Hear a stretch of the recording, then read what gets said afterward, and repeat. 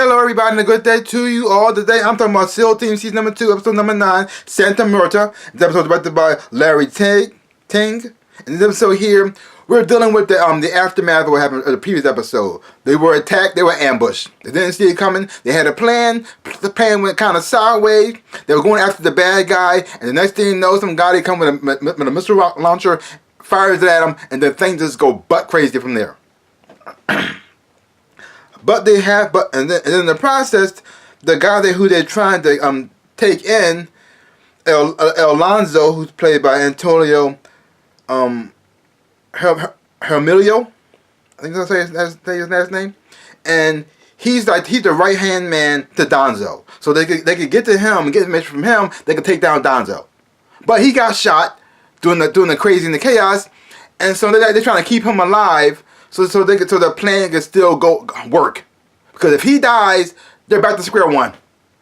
Because now Donzo knows that he's going after them. He'll just go underground somewhere else. They'll lose him again, and then they got to try the best they can to start from scratch all over again, which sucks for everybody. So the plan has to work. And while they're dealing with that, they're also dealing with like a spiritual type of thing, because you got Alonzo, who's a religious person, even though he's a criminal, he kills people for a living. It makes no freaking sense. But he knows he's about to die. He wants to get his last rites from the priest, because they're hiding out inside of a church. And you got Jason, who's saying, nope, none for you. No, you're not going to ask God for forgiveness and you go to heaven, whatever. No, you did a lot of bad things, you killed a lot of bad people, no less right to you. The priest doesn't like that, but he's saying, no less right to you until you tell us what we need to know. Until you tell us what we need to know, then we get the last rites. And also while they're dealing with that craziness and everybody shit, and you got the gang trying to kill him. They're trying to figure out how did this ambush happen in the first place? Who leaked it? Because the thing is, though, the only way they'll know where we were at, and they'll be able to come after them. Somebody to tell them who did it. So they got to figure out what happened, who screwed them over, and how bad this happened. And while you have them trying to figure it out there, you have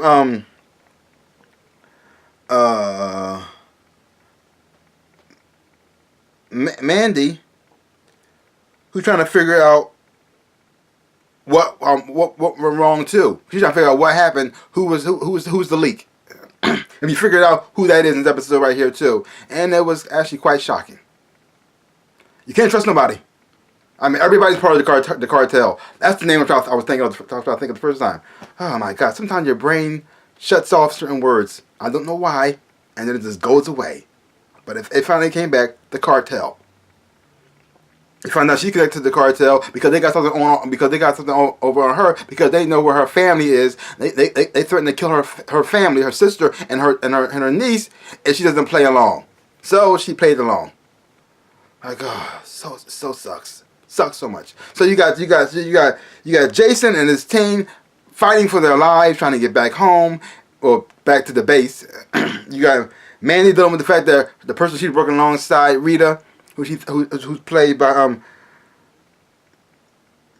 Morelli Taylor, and dealing with the fact that she not only betrayed her people, but hers at the same time too. Like oh, it's so sucky.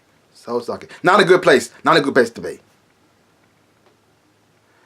But the interesting part about this episode that I thought was interesting, despite all the chaos and all the craziness, was the whole spiritual aspect, where you got Alonzo asking for his last rites, and you have Ray trying to get him to confess, because Ray's also very religious.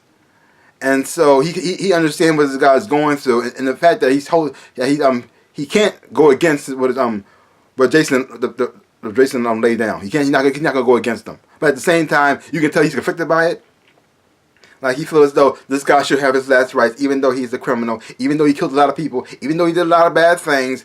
He deserves forgiveness just like everybody else does. And so the fact that Jason is denying him that was kind of messing with him inside of his soul. So you can see the conflict going on beside him. But at the same time, he's loyal to his leader. He's a soldier. He's doing a job. He has to get the information. So it's making him go against his own beliefs and how you feel. And you've seen the struggle from both sides, which are also very interesting.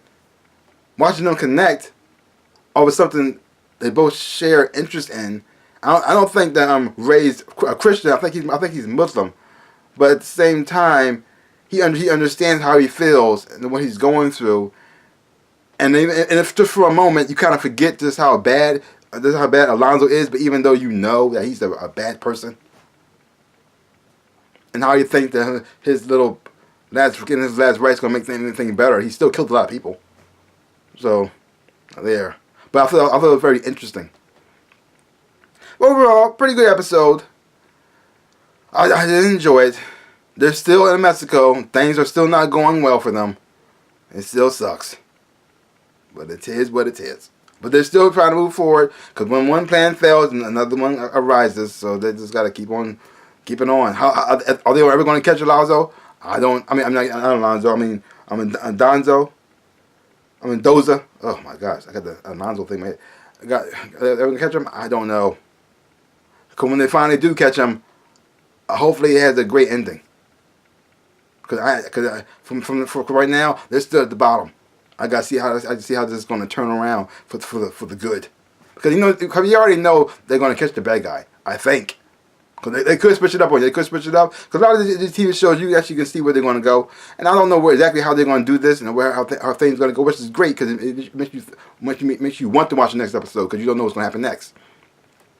But at the same time, they could end on a bad note. They could end with the bad guy winning. They don't catch the bad guy. Things just go bad. They just got to go home empty-handed.